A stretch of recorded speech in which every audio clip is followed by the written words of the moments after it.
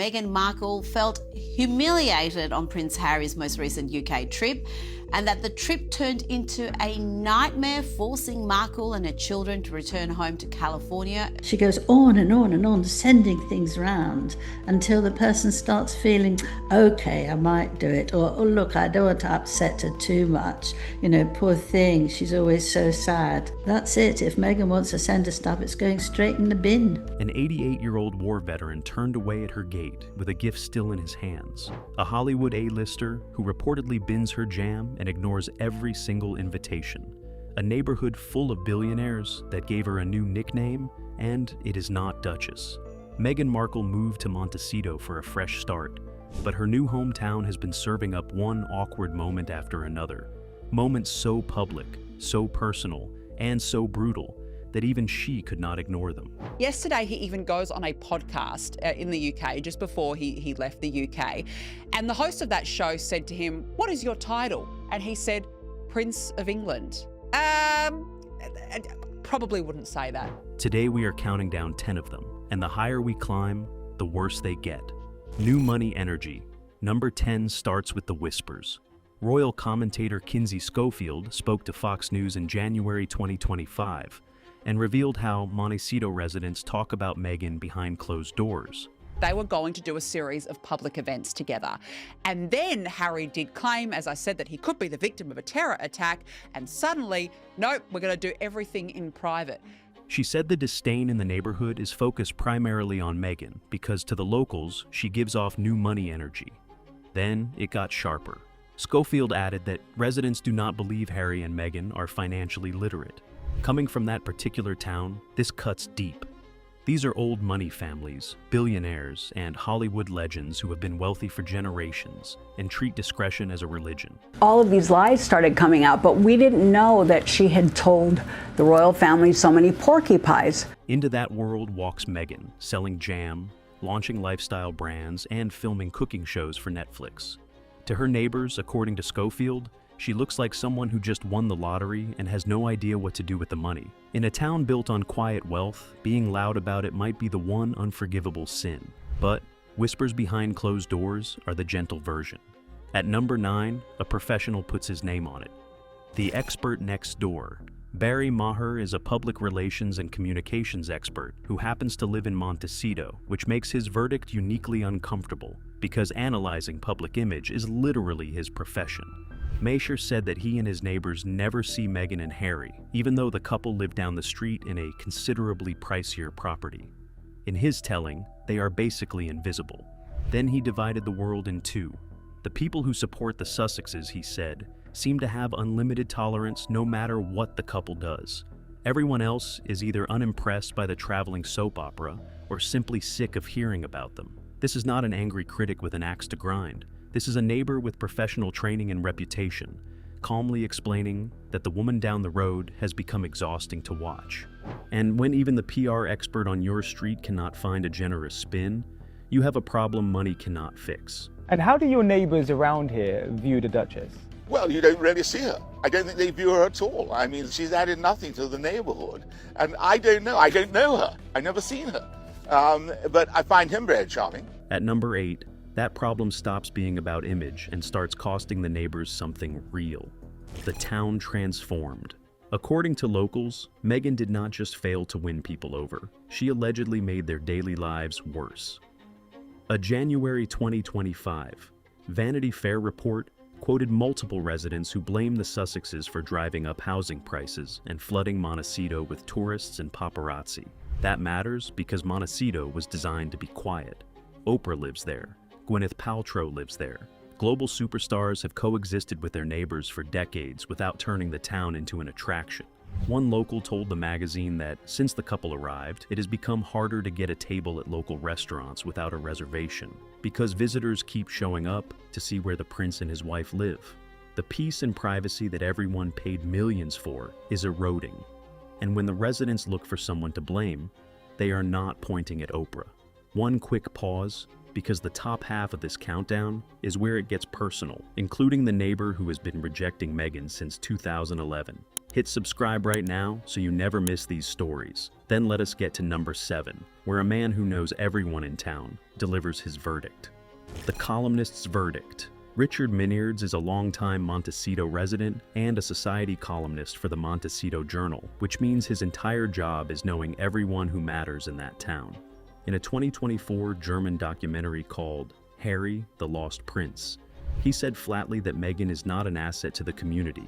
She does not go out, does not get involved, and is basically invisible.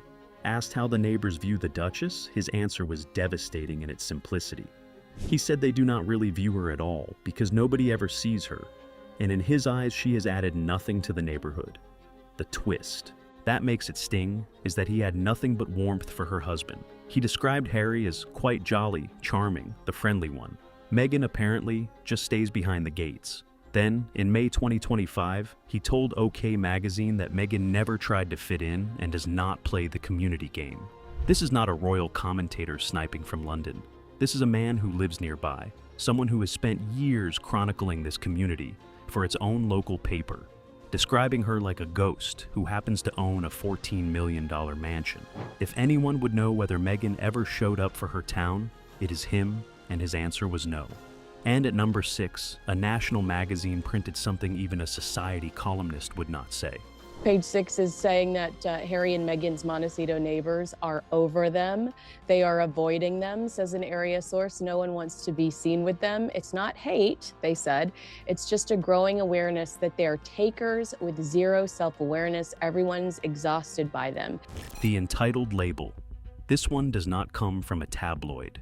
In that same January 2025 deep report on Harry and Meghan's life in Montecito, Vanity Fair let the neighbors speak, and they did not hold back. One resident described the couple as the most entitled, disingenuous people on the planet. One sentence, doing an enormous amount of damage. The same resident added that they moved away from England to escape the scrutiny of the press, and now all they seem to do is chase the press in the United States. Remember who is talking here?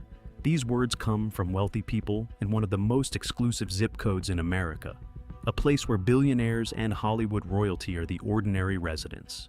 These are not jealous outsiders.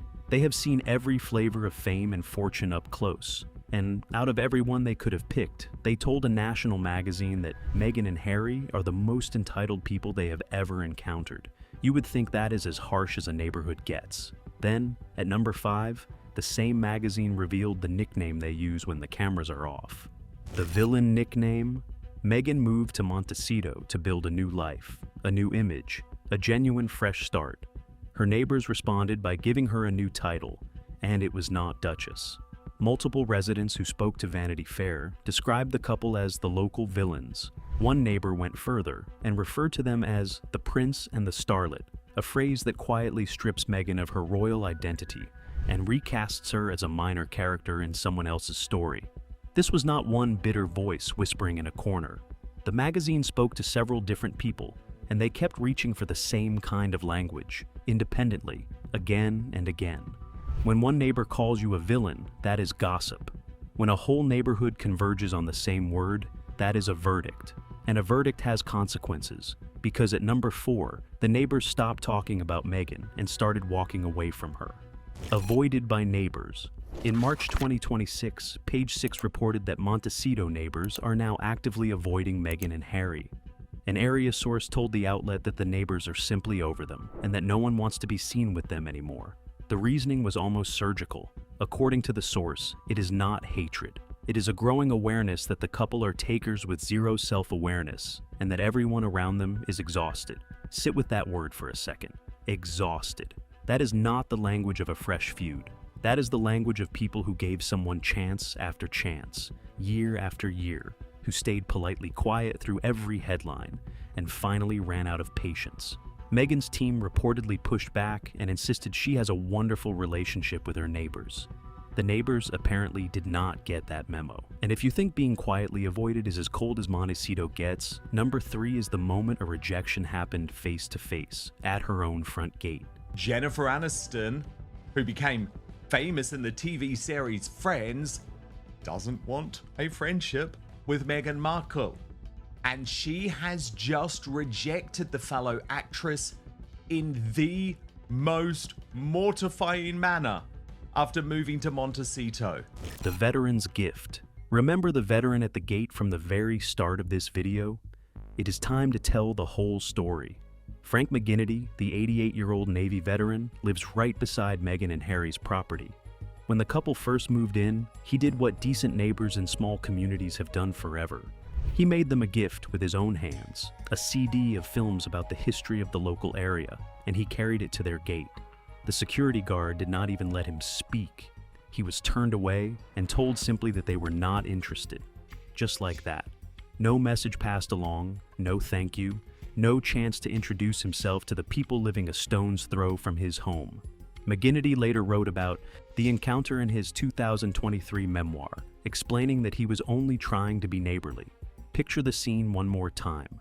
An elderly war veteran standing at the gates with a homemade gift, rejected without a conversation, by the household of a woman who brands herself as warm, community-minded, and down-to-earth. No tabloid invented that image, her own gate produced it. And still, none of this compares to the top 2 spots, because the coldest rejection of all came from the neighbor Meghan wanted most. The first rejection, numbers. 2 and 1 belong to Jennifer Aniston, because according to multiple reports, this is not a feud. It is a 15-year arc. It begins in 2011 on the set of the movie Horrible Bosses, where Aniston was one of the stars and Meghan had a small part. Reportedly, Meghan was thrilled about meeting her and hoped they would become close friends. Instead, Aniston barely registered that she existed. Meghan's role was cut down to roughly 30 seconds of screen time, and sources told New Idea she was devastated, then privately badmouthed the film and insisted she was just as talented as Jen. Those comments allegedly made their way back to Aniston. Years later, when Meghan moved to Los Angeles and reached out to spend time together, she was reportedly turned down again. 2 attempts, 2 rejections, more than a decade apart. And by then, most people would have quietly accepted that this friendship was never going to happen. Then, in 2025, something happened that Meghan must have read as fate. Jennifer Aniston announced she was moving to Montecito, right into Meghan's zip code, and Meghan decided to try one more time. The Aniston snub. In May 2025, Radar Online reported that when Aniston announced the move, Meghan went into full charm offensive mode. According to the report, she sent Aniston gifts, including jars of her A's Ever jam, luxury wellness products, and a steady stream of invitations to get together. The response was silence. A source claimed that Aniston quietly binned the gifts and never replied to a single invitation, describing the outreach as desperate. Another source said, Aniston views Meghan as poisonous and wants absolutely nothing to do with the drama that follows her everywhere. There was reportedly even an attempt to get Aniston onto Meghan's podcast, and Aniston was having none of that either. This is not a scheduling conflict, and it is not 2 busy celebrities missing each other's calls. If the reports are true, this is a complete and total rejection from the one A-list neighbor Meghan seemed most eager to win over. From the woman she once shared a film set with, delivered not with a public statement, but with something far more brutal. Nothing at all. The neighborhood changed. The answer never did. The Montecito verdict. So that is the reality behind the gates. She got the address. She did not get the rest. The neighbors keep their distance. The celebrities are not calling back. An elderly veteran was turned away with his gift still in his hands, and Jennifer Aniston has reportedly been declining Meghan's friendship since 2011. Meghan sold the world a story about a warm, community-minded Duchess starting over in paradise. And the people who share her zip code keep telling a very different story, on the record, with their names attached, from the society columnist to the PR expert to the veteran next door. 10 moments, 1 pattern, 15 years in the making. Now it is your turn. Do you think Montecito has judged Meghan unfairly, or did she bring the frost on herself? Drop your verdict in the comments, hit that like button, and subscribe to the channel right now, because the next story we are working on goes even deeper behind the gates. See you in the next one.